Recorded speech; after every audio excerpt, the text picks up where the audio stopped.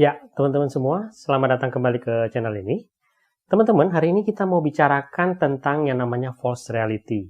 Dua false reality yang biasanya dialami oleh seorang penderita narcissistic abuse. False reality itu apa?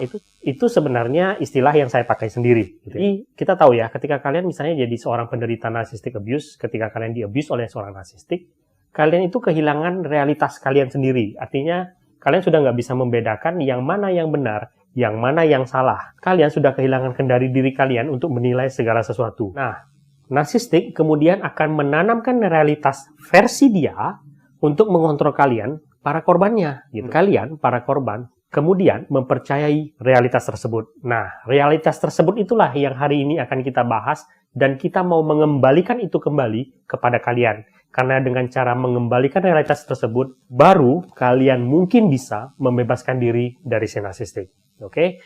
Nah, teman-teman, kemarin saya ada bahas tentang trauma bonding juga. Hari ini kita masih akan menyinggung sedikit tentang trauma bonding juga. Karena proses trauma bonding lah yang membuat seorang narsistik bisa menanamkan false reality atau realitas palsunya kepada korbannya dia. Nah, untuk membicarakan ini teman-teman, kita harus mulai sedikit dari awal. Artinya kita mengulang sedikit apa yang selama ini kita pelajari tentang narsistik, ya. Jadi begini, seorang narsistik itu kita sudah tahu, ya, dia adalah seorang manipulator yang hebat. Dia bisa secara halus memanipulasi korbannya sampai korbannya itu sendiri nggak sadar gitu ya, kalau dia itu sebenarnya sudah dimanipulasi.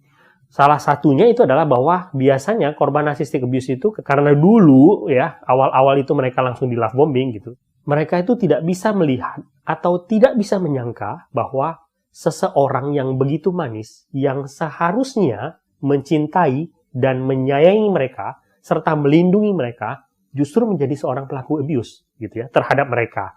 Mereka nggak bisa lihat itu karena pintarnya seorang narsistik itu memanipulasi korbannya. Nah, sebenarnya gitu ada titik kok di mana mereka tuh ketika mereka jujur misalnya terhadap diri mereka sendiri, mereka tuh bisa lihat gitu bahwa mereka tuh sebenarnya menjalani sebuah hubungan yang abusive. Sebenarnya begitu. Tetapi kebanyakan mereka tidak mau mengakui itu, tidak mau menerima kenyataan itu. Kenapa?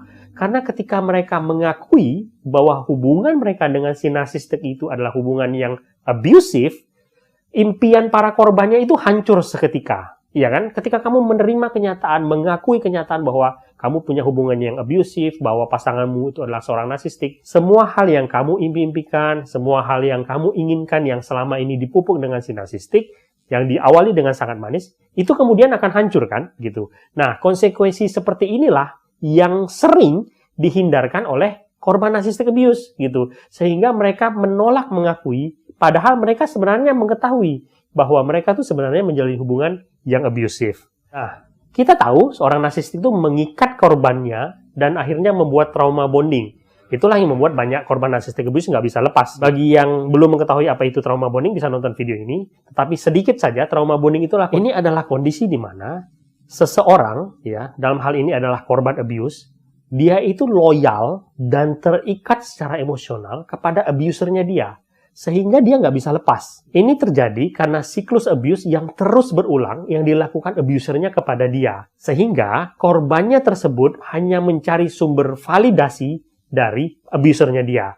Itu yang membuat dia selalu terikat, gitu ya. Nah, seorang narsistik, gitu ya, membentuk trauma bonding kepada korbannya itu dengan salah satu teknik yang namanya intermittent reinforcement namanya. Jadi ini adalah penguatan kondisi di mana ketika ini dilakukan berulang-ulang, itu akan semakin memperkuat ikatan antara si narsistik dan korbannya. Jelasannya itu begini, ya. Intermittent reinforcement itu dilakukan dengan cara pola perlakuan kejahatan yang kejam, yang sadis gitu ya. Tetapi disamarkan dengan cara mencampur itu dengan juga melakukan perlakuan yang baik yang dilakukan secara acak. Artinya, secara mudahnya kita katakan bahwa ketika seorang narsistik itu melakukan abuse, gitu ya, dia akan melakukan tindakan-tindakan yang kejam, yang jahat kepada korbannya, tetapi secara acak, dia akan melakukan juga tindakan-tindakan yang baik kepada korbannya. Ini dimaksudkan supaya korbannya itu bingung dengan realita yang dia hadapi. Gitu ya. Dan itu membuat korbannya itu kemudian bergantung kepada si narsistik untuk mendapatkan validasi akan kebahagiaannya dia. Karena seperti tadi kita bilang bahwa perlakuan baik tersebut itu diberikan secara acak. Sehingga korbannya tuh nggak tahu kapan perlakuan baik itu dilakukan kepada dia. Dia posisinya selalu menunggu. Dan posisi menunggu tersebut biasanya diisi dengan penderitaan. Nah, permainan psikologis inilah yang membuat korbannya tuh selalu merasa bahwa si narsistik itu adalah sumber kebahagiaannya dia. Karena kebahagiaan acak yang datang kepada dia itulah yang membuat seorang korban itu merasa bahwa narsistik itu adalah orang yang bisa memberikan kebahagiaan buat dia. Padahal penderitaan dari si korban itu juga disebabkan oleh si narsistik. Jadi penderitaannya datang dari si narsistik, kebahagiaannya juga datang dari si narsistik. Artinya, sebenarnya semuanya itu dikendalikan oleh si narsistik. Kalau kita terjemahkan dalam pengalaman sehari-hari, itu ya, biasanya kalian para korban abuse itu akan mengalami begini. Si narsistik itu biasanya dia bisa saja tiba-tiba kemudian melemparkan masalah kepada kalian. Membuat masalah, menyalahkan kalian, membuat ribut, dan menyerang kalian. Gitu ya. Dia bisa membuat kalian merasa bersalah akan sesuatu yang sebenarnya kalian tuh nggak lakuin. Gitu ya. Nah, kalian kemudian membela diri terhadap kesalahan yang mungkin saja kalian nggak lakuin. Tetapi dia akan selalu bisa memojokkan kalian. Dan kemudian sehabis itu, dia akan memberikan hukuman kepada kalian. Gitu ya. Hukuman itu bisa saja misalnya silent treatment, hukuman fisik, verbal abuse misalnya, apapun itu yang membuat kalian itu menderita. Dan kemudian dia bisa saja meninggalkan kalian. Nah, kalian para korban kemudian tenggelam kan di dalam kecemasan, ketakutan, kesedihan, depresi, dan segala hal. Ingat, yang sebenarnya disebabkan oleh si narsistik itu sendiri. Nah, kemudian secara acak, narsistik itu kemudian akan datang dan memberikan kebahagiaan kepada kalian. Nah, acak itu guys, bisa dua kemungkinan sebenarnya. Artinya pertama begini, ketika misalnya kalian di silent treatment gitu ya, kemudian kalian memohon-mohon kepada dia, meminta maaf kepada dia, padahal mungkin bukan kalian yang salah. Tetapi ketika kalian melakukan itu, kemudian dia datang, melove bombing kalian, tindakan kebaikan kepada kalian, dan dia seolah-olah menjadi penyelamat. Kan gitu, itu satu. Tapi bisa saja tidak terjadi apapun, persoalannya tidak terselesaikan juga, kalian juga tidak meminta maaf, dia bisa saja tiba-tiba datang dan kemudian menegur kalian seolah-olah tidak terjadi apapun. Dan kemudian melak bombing kalian kembali. Nah, untuk kalian yang sebelumnya begitu sengsara, tenggelam dalam ketakutan, kesedihan, kemarahan, dan segala macam, tindakan itu kan melegakan kalian. Kalian merasa bahwa, oh, masalahnya sudah selesai gitu. Padahal masalah itu tidak terselesaikan sama sekali. Nah, itu yang dimaksudkan pemberian kebaikan yang acak gitu ya. Pemberian kebaikan yang kalian sendiri para korban nggak tahu itu kapan akan diberikan.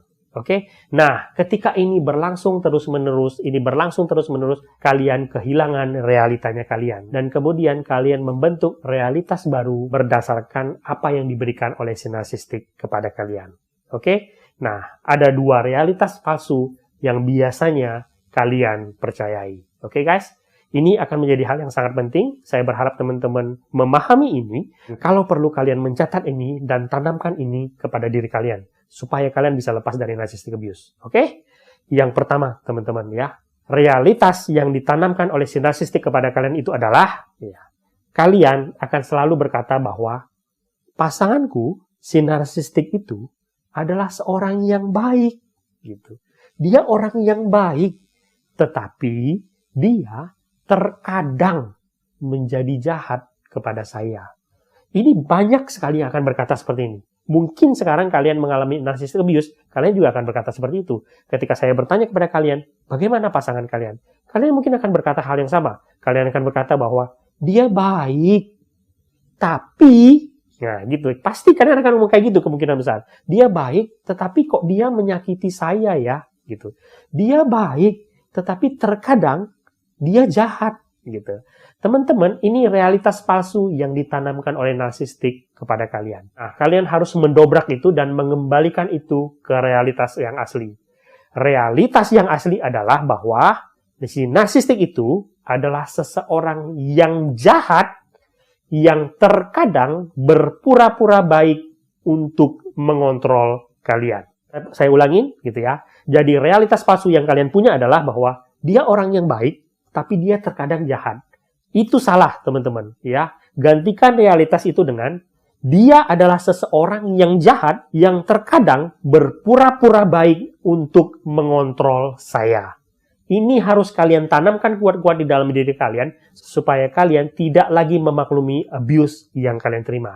Oke? Itu satu. Realitas kedua, ini yang paling penting, teman-teman. Ya, realitas yang harus kalian ingat bahwa Di dalam sebuah hubungan, rasa cinta, rasa sayang, rasa penghormatan itu adalah sesuatu yang tidak perlu kalian perjuangkan untuk kalian dapatkan. Gitu. Jadi, realitas palsu yang ditanamkan si narsistik kepada kalian itu adalah bahwa untuk mendapatkan rasa cinta, untuk mendapatkan rasa hormat, untuk mendapatkan rasa sayang, kalian itu harus berjuang untuk mendapatkan itu. Itu yang ditanamkan dia kepada kalian, gitu. Sehingga mungkin banyak dari kalian yang akan berkata bahwa aku harus melakukan ini dan ini supaya dia menghormati aku.